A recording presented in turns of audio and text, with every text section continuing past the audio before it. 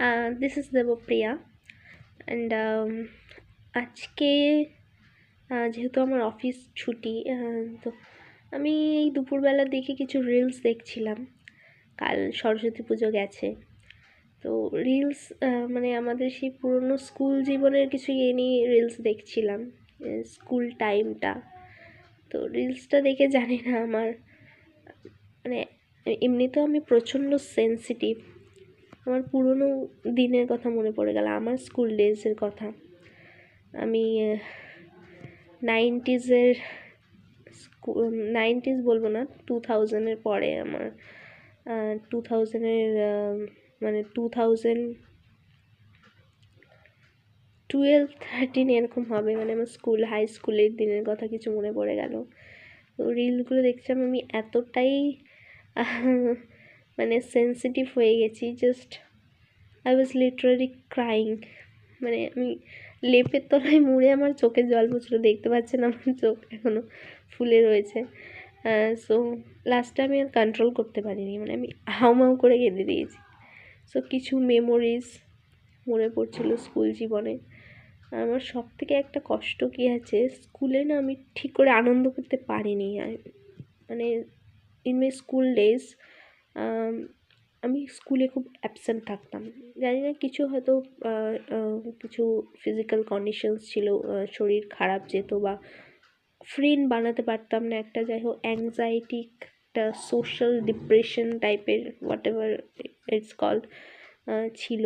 তো ঠিক আমি সবার সাথে ঠিক মিলে চলে কথা বলা এটাই পারতাম না, যেটা আমি এখন স্কুলের থেকে টোটালি ডিফারেন্ট। মানে এখন দেখলে আমাকে স্কুলের বন্ধুরা বন্ধু তো বলবো না, বন্ধু আমি বানাতে পারতাম না। ইভেন এটা আমার উইকনেস ছিল, আমি বন্ধু বানাতে পারতাম না।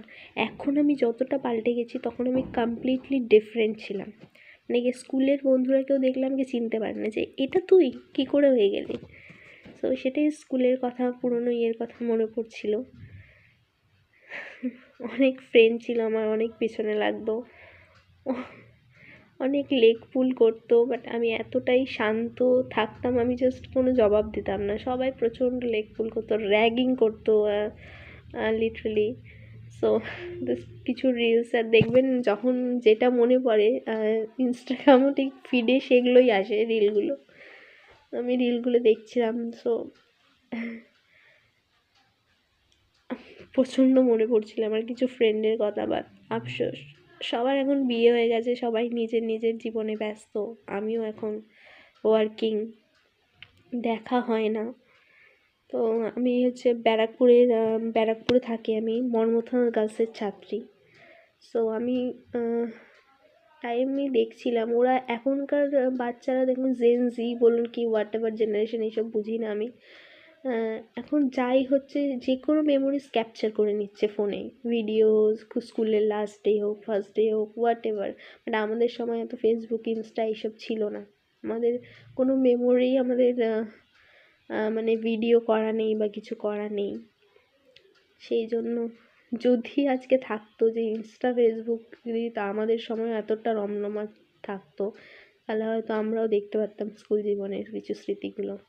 তো আমার একটা আফসোস আছে যে আমি স্কুলটা ঠিক মনের মতো কাটাতে পারিনি। বাট এখন আমি স্কুলের মতো কাটানোর চেষ্টা করছি। এভরি মোমেন্ট আমি হ্যাপি থাকার চেষ্টা করি এবং সবাইকে হ্যাপি রাখার চেষ্টা করি। জানি না আমি কতটুকু কী পারি, বাট আমি এখনও মানে আমি বরাবর চাইল্ডিশ।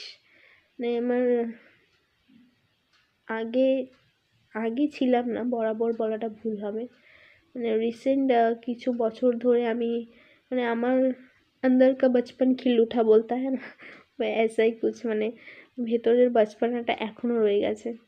তো স্মৃতিগুলো মনে পড়ছিল, তো আমার হঠাৎ করে মনে হলো, যা মনে হচ্ছে উল্টোপাল্টা যা বকছি সেটা আমি ভিডিওতে ক্যাপচার করে নিই, যাতে আজ থেকে 10 বছর পর যখন আমি দেখবো, তখন অন্তত আমার এই ভিডিওটা থাকে, যে না তখন আমি কী ফিল করছিলাম।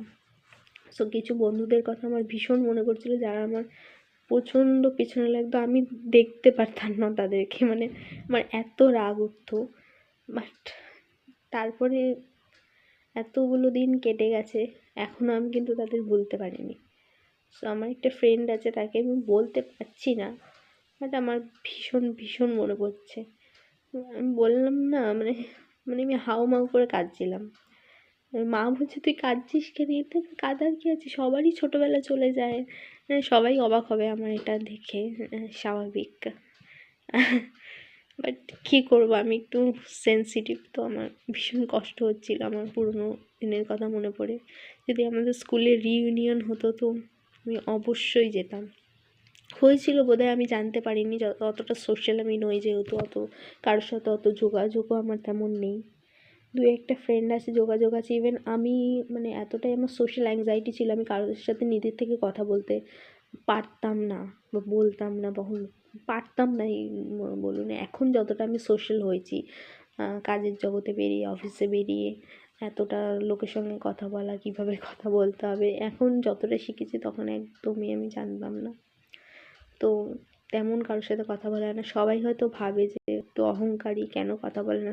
স্কুলেও ভাবতো যে ওর সাথে কথা বলছি, ও বোধহয় ওর এত ইগো, দরকার নেই, ছেড়ে দে।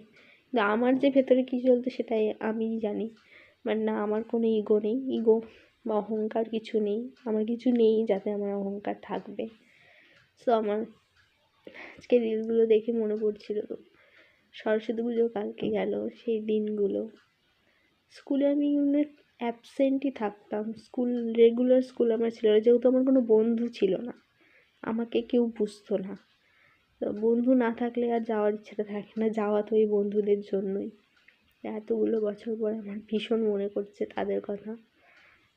একটা ফ্রেন্ড ছিল আমার, প্রচণ্ড আমাকে জ্বালাতো।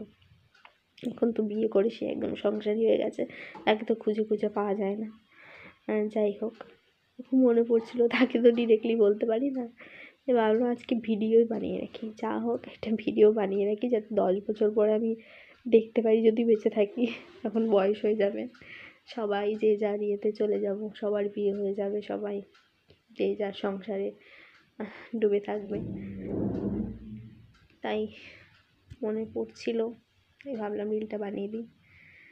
এবার আপনারা বলুন, আপনাদের স্কুল জীবনে কী স্মৃতি আছে, আপনার ফ্রেন্ডদেরকে মেনশন করুন, যে হয়তো তাদেরকে বলা হয়ে ওঠে না কখনো, যে মিস করি, আই মিস ইউ ইয়ার and I love you very much.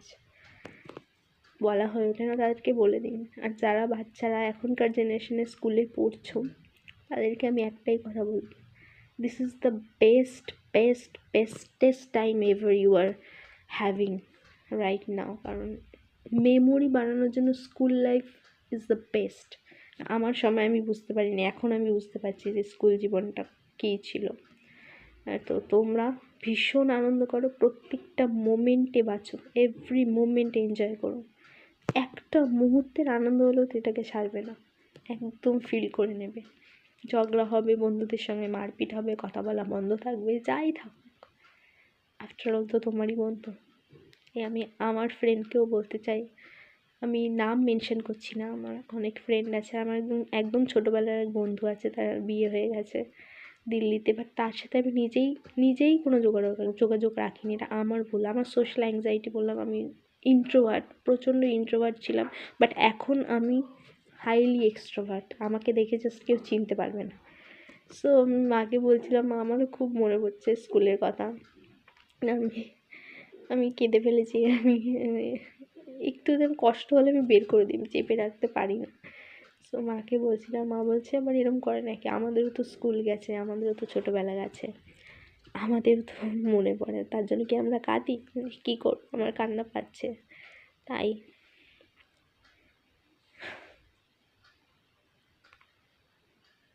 আর যাকগে, স্কুল যাই হোক গেছে।